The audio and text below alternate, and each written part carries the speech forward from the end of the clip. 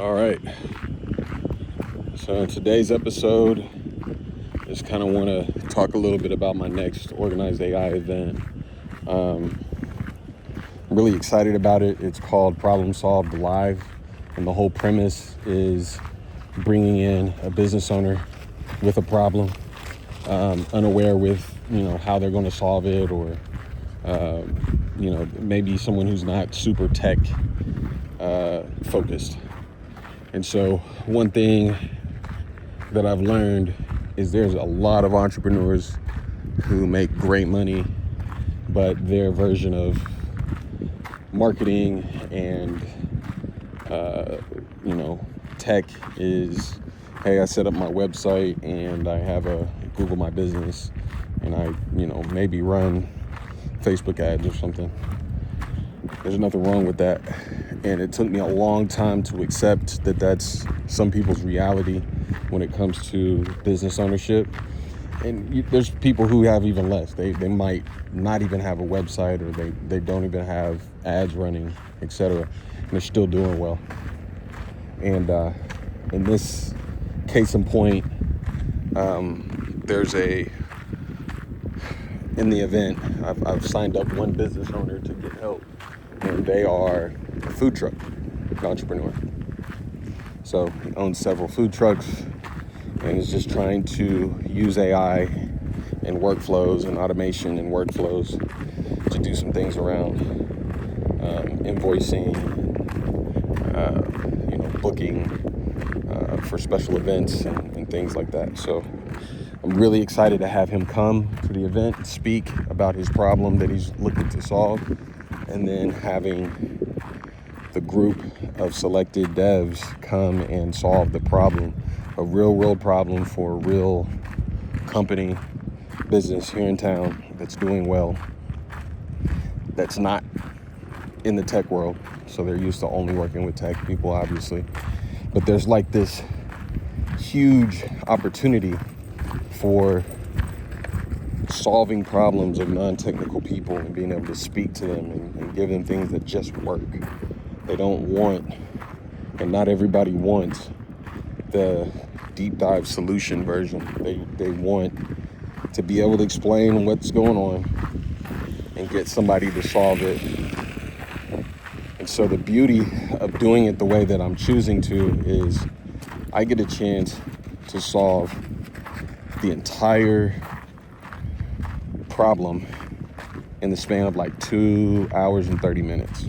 Now we'll see how that format works, because that's not a lot of time to solve a real problem, but it is enough time to get an MVP with a feature or two. And so the idea here is, just by crowdsourcing the dev work, I get a chance for other devs to see what gets submitted. I get a chance to have the business owner in real time choose what they like the best, not what they think they should like, not what a single hire creates, right? But essentially an MVP from several people, and they get to choose the one that speaks to them the most. And the beauty of that is, I think oftentimes people, they look to get hired. The business owner doesn't know who they're hiring, especially when it's outside of their realm of expertise. And a lot of these small companies, they don't have a CTO. They don't have their version of a tech person is the person who went and bought their domain on GoDaddy and hooked it up on the back end on the DNS or whatever. So they're using sites like Squarespace, and they're not. These are very out of the box solutions, and there's nothing wrong with that. Let me make sure that that's emphasized. There's nothing wrong with that. But there's this assumption that since they can't explain exactly what they want in technical terms, it's hard to work with them. Now, on some level that is true, but what I've learned is the more professional in your craft you are, the less you need from the individual in order to at least get them something that they might like. So the best of the best situation is hey, I didn't even really explain what I want here. You provided something, I like it, I want it. That's almost like mind reading at that point. And so what I'm trying to train the team at Organized AI to do is to be able to put together practical solutions with little to no real, technical know-how from the source. So the customer themselves doesn't have to have a full-blown, PRD available before you even get started building. That's your job. And being able to take on that responsibility of translating from layman's terms into technical terms and then building something that works is super valuable in my experience so far and what I've seen. It's like that's how you deserve the bounty that you'll get, is because it didn't require a whole bunch for you to get started. So that's pretty exciting for me. And I've kind of noticed this through BHT. So blue highlighted text kind of taught me the whole game there. But the game is, if I'm able to dumb it down and make it easy. The business owner has a lot of decisions that they're making on a daily basis. They don't want to, in my first case, they don't want to deal with attribution and conversion tracking and how that works in a detailed manner. They just want it to work. And this, in my opinion, is why Hyros was able to hit the nail on the head and win. And so while I was selling people on conversion tracking and data collection and, connecting your CRM and first party data and this and that, server side events, etc., trying to get around ad blockers and get around iOS updates and the whole 9 yards, it turned into that. And so the cool thing about it is, a lot of times I felt like I was excited and talking over their head, but it wasn't like in a negative way. It was just more like they literally just want it to work. They don't care. And the more in business I get, the more I realize, wow, people don't care. They just want the solution. And so there's nothing wrong with that. My job is to serve them still. Can I serve them still? And with Hyros, man, as an example, one client I worked with, I think that was last year, they had Hyros and they needed help with conversion tracking setup. And they had Hyros. It wasn't Hyros' fault, right? It was, hey, Jordan, come set this up for us.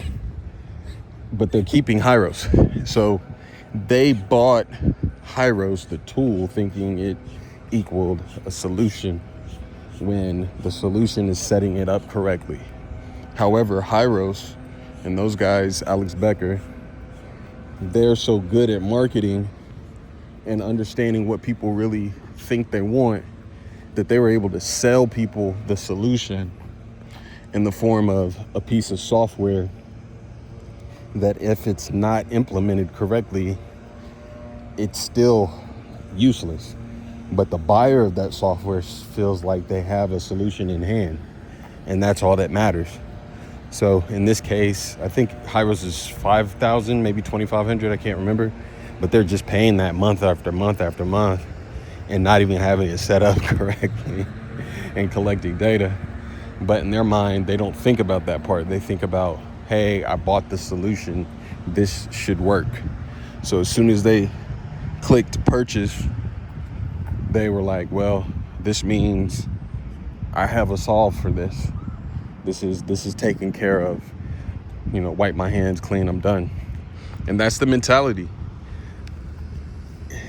I'm not here to debate whether that's a good mentality or not. I'm here to provide that same aha moment in data collection to AI engineering and AI engineers.